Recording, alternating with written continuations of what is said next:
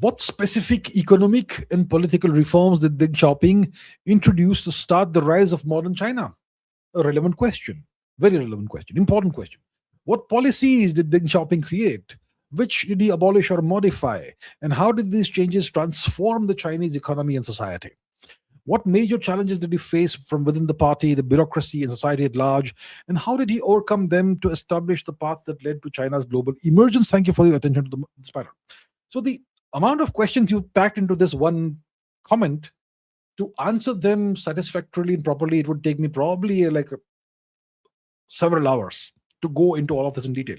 So, how about I give you like the top three, policies of Deng Xiaoping that contributed to China's rise, the rise of modern China. So Deng Xiaoping comes to power, what, 1978? When did he come to power? Late 70s, probably 78, 79. Deng Xiaoping, when did he, uh, when did he come to power? Deng Xiaoping, 1977. Okay. And he became the paramount leader of China in December 1978. Okay, so that's when Deng Xiaoping became the paramount leader of China, 1978. So the first thing he did, see, before 1978, China was a proper communist nation. It was a collectivized economy. Everything was collectivist in nature. Farming was a collective enterprise, right? So after Deng Xiaoping came to power, he dismantled collective farming. Okay. See, in collective farming, everything was owned by the state. Individuals owned nothing, families owned nothing.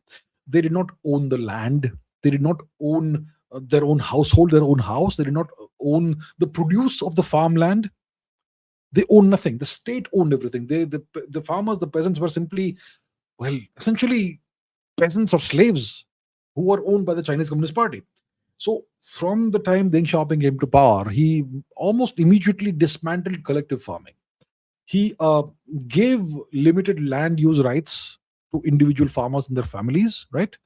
And they were mandated to deliver a certain quota of agricultural produce to the state. And they were allowed to keep the surplus or even sell the surplus. So that's a transformative reform in China. Okay. So before that, everything they produced had to be given to the state. And then they would be given a certain amount of whatever produce to stay alive, to survive. And that's why we had these horrific things like the famines that Mao engineered in his great leap forward in the Green Revolution and whatnot. So Deng Xiaoping gave farmers the right to keep the surplus after they delivered the quota to the state. And the Chinese and Deng Xiaoping made rural markets legal again.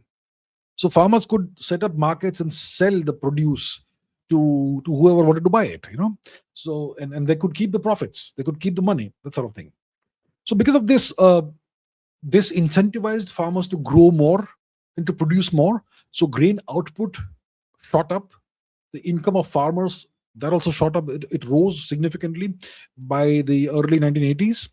The chronic food shortages that plagued China and caused the horror famines of the Mao Zedong era, those chronic shortages of food, those ended.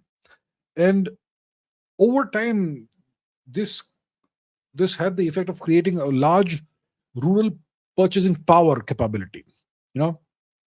They could start purchasing things. They could become consumers over time.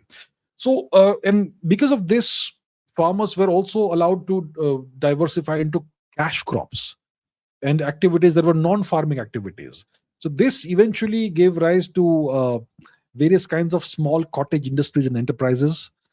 Eventually, the whole countryside became gradually industrialized. It absorbed the surplus labor. So this was the first major reform that I can think of from Deng Xiaoping. The second big reform was the open door policy that Deng Xiaoping, implemented. So 1969, China and the USSR almost go to war. The USSR decides to nuke China. The Americans save China. The US then has this détente with the Chinese. Nixon and Kissinger come to Beijing and meet Mao Zedong and so on. And eventually, by the late 1970s, the Chinese, under Deng Xiaoping, decide to open up their economy gradually, very, very cautiously, like lab experiments. Okay. What lab experiments? Special economic zones, SEZs. And this policy was called the open door policy. So, early 80s, late 70s, early 80s, under Deng Xiaoping, China created the first special economic zones like Shenzhen. Shenzhen is very famous today, right? But they had many of these more, Xiamen, Shenzhen, and so on. And in these special economic zones, which are like walled off from the rest of the country, essentially, China offered tax breaks and flexible labor rules and significant autonomy to investors to attract FDI, foreign direct investment. And the objective was to, over time, create an export oriented economy. So eventually, in the mid 80s, this was extended to multiple port cities. Eventually, entire coastal belts became, SEZs, and some border areas like Shenzhen, right, border with Hong Kong. So these parts of China became labs, laboratories for market practices, for tech transfer, for joint ventures with foreigners, and so on. And very rapidly, most of the FDI coming into China came into these SEZs. Okay, and so these special economic zones became hubs for manufacturing, for migration from rural areas, because people in rural areas who were until then farmers, they wanted to have a better life, they wanted to have higher incomes. So they started migrating to these special economic zones, many of these coastal cities and so on. And eventually you had the rise of consumer culture in China, and obviously you would have inequalities. So the people in these special economic zones became wealthier than the rural Chinese and so on. So it created inequalities in China. But this brought China into the global US-led system, the global production networks, the global supply chains, and so on. So that's another big reform of Deng Xiaoping. That's two. Let's do one more. One more. The one-child policy, transformative reform, right? So this was social engineering. So Deng Xiaoping launches all these major reforms, right? Wants to transform the economy. But then he says that, the economy won't do so well unless we restrain population growth. China's population was already in excess of 1 billion or something, right, at the time. So they needed to, Deng Xiaoping decided we have to restrain population growth. Maybe the Westerners put that in his ears or whatever. So that's why he instituted the one-child policy. The objective was to restrain population growth. The objective was to raise per capita income and per capita resource availability. And these were, from Deng Xiaoping's perspective, essential to China's modernization. Obviously, he's gone now, and now China is suffering the ill effects of the one-child policy. But it is what it is. He saw it as something that was good for China. So these are some of the reforms that Deng Xiaoping produced, and rapid reforms. The rapid reforms had some unintended consequences. There was inflation. There were layoffs in various state-run industries. Corruption apparently rose, became visible. There was inequality in income gaps among the population of various parts of the country. Eventually, some people became unhappy with this.